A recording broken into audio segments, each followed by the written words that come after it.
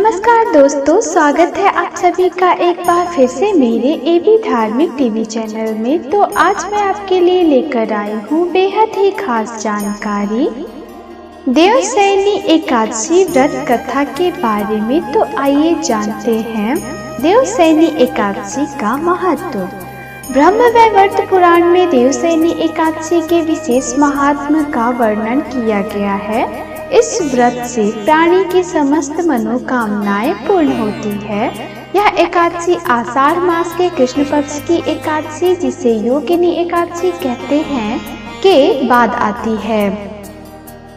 आषाढ़ मास के शुक्ल पक्ष की एकादशी को ही देवशयनी एकादशी कहा जाता है। इसी एकादशी से चातुर्मास का आरंभ माना जाता है। इस अवधि में कोई भी शुभ कार्य जैसे विवाह आदि नहीं किया जाता है। मान्यता है कि इस दिन से भगवान श्री हरि विष्णु क्षीर सागर में शयन करते हैं और फिर 4 माह बाद उन्हें उठाया जाता है। उस दिन को देवोत्थानी एकादशी कहा जाता है। इसी बीच के अंतराल को ही चातुर्मास कहा जाता है। देवशयनी एकादशी को देवशयनी महा एकादशी, थोली एकादशी तेलुगु में कहते हैं, हरि देवशयनी, पद्मनाभा शयनी तथा प्रबोधिनी एकादशी भी कहा जाता है। देवशयनी एकादशी व्रत कथा। धर्मराज युधिष्ठिर ने कहा, हे केशव, आषाढ़ शुक्ल एकादशी का क्या नाम है? इस व्रत को करने की विधि क्या है और किस देवता का पूजन किया जाता है? श्री कृष्ण कहने लगे कि हे युधिष्ठिर, जिस कथा को ब्रह्मा जी ने नारद जी से कहा था वही मैं तुमसे कहता हूँ। एक बार देवर्षि नारद जी ने ब्रह्मा जी से इस एकादशी के विषय में जानने की उत्सुकता प्रकट की। तब ब्रह्मा जी ने उन्हें बताया, सतयुग में मानधाता नामक एक चक्रवर्ती सम्राट राज्य करते थे। उनके राज्य में प्रजा बहुत ही सुखी थी, किंतु भविष्य में क्या हो जाए यह कोई नहीं जानता। अतः वे भी इस बात से अनभिज्ञ थे कि उनके राज्य में शीघ्र ही भयंकर अकाल पड़ने वाला है। उनके राज्य में पूरे 3 वर्ष तक वर्षा न होने के कारण भयंकर अकाल पड़ा। इस अकाल से चारों ओर त्राही मच गई। धर्म पक्ष के यज्ञ, हवन, पिंडदान, कथा, व्रत आदि में कमी हो गई। जब मुसीबत पड़ी हो तो धार्मिक कार्यों में प्राणी की रुचि कहाँ रह जाती है। प्रजा ने राजा के पास जाकर अपनी वेदना की दुहाई दी। राजा तो इस स्थिति को लेकर पहले से ही दुखी थे। वे सोचने लगे कि आखिर मैंने ऐसा कौन सा पाप कर्म किया है जिसका दंड मुझे इस रूप में मिल रहा है। फिर इस कष्ट से मुक्ति पाने का कोई साधन करने के उद्देश्य से राजा सेना को लेकर जंगल की ओर चल दिए।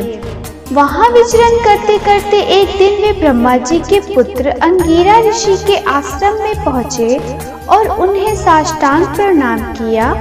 आशीर्वचनोपरांत कुशल क्षेम पूछा। फिर जंगल में विचरने व अपने आश्रम में आने का प्रयोजन जानना चाहा। तब राजा ने हाथ जोड़कर कहा, महात्मन, सभी प्रकार से धर्म का पालन करता हुआ भी मैं अपने राज्य के दुर्भिक्ष का दृश्य देख रहा हूँ। आखिर किस कारण से ऐसा हो रहा है? कृपया इसका समाधान करें। यह सुनकर महर्षि अंगिरा ने कहा, हे राजन, सब युगों से उत्तम यह सतयुग है। इसमें छोटे से पाप का भी बड़ा भयंकर दंड मिलता है। इसमें धर्म अपने चारों चरणों में व्याप्त रहता है। ब्राह्मण के अतिरिक्त किसी अन्य जाति को तप करने का अधिकार नहीं है, जबकि आपके राज्य में एक शूद्र तपस्या कर रहा है।